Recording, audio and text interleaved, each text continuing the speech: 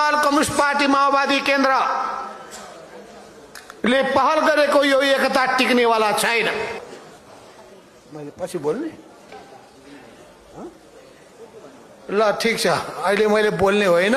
ल आज फेरि पोखरामा पनि माधव कुमार नेपालले यो प्रचण्ड लगायत 11-12 पार्टीसँग गरेको एकता अगाडि बढ्न सक्दैन, टुट्छ भनेर चाहिँ कुरा राखेका छन्। तर उनलाई बोल्दा बोल्दै रोकिएको छ। अहिले नै नबोल्नुस् भनेर भनेका छन्। तर ती चौरमा बसेका त्यति धेरै ती भेडा गधाहरू चाहिँ हेरेर बसेका छन्। ल हेर्नुस् त, अब यसरी नेताहरू आँखै अगाडि झुट बोल्छन्। अस्ति भर्खरै धनगढीमा पनि यो एकता अगाडि बढ्न सक्दैन भनेर माधव कुमार नेपालले प्रष्ट भनेका थिए र आज पोखरामा पनि प्रष्टै भनेका छन्। अब जनताहरू भनेका पढे लेखेका विद्वान अब युवाहरू छन्, तर कस्ता गधा भेडाहरू छन् भन्नुहुन्छ भने जता प्रचण्ड गयो त्यतै, जता माधव कुमार नेपाल गयो त्यतै, जता उनीहरूले जे गर्छ ठिक छ उनीहरूकै पछि पछि लागिरहेका छन्। सत्य बुझ्न एकदमै जरुरी छ।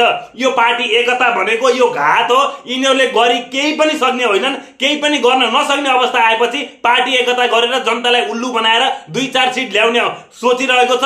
त्यसमा सबैभन्दा पहिला प्रचण्ड आउँछ। त्यसैले आज माधव कुमार नेपाल विरोधमा उत्रिसकेको छ।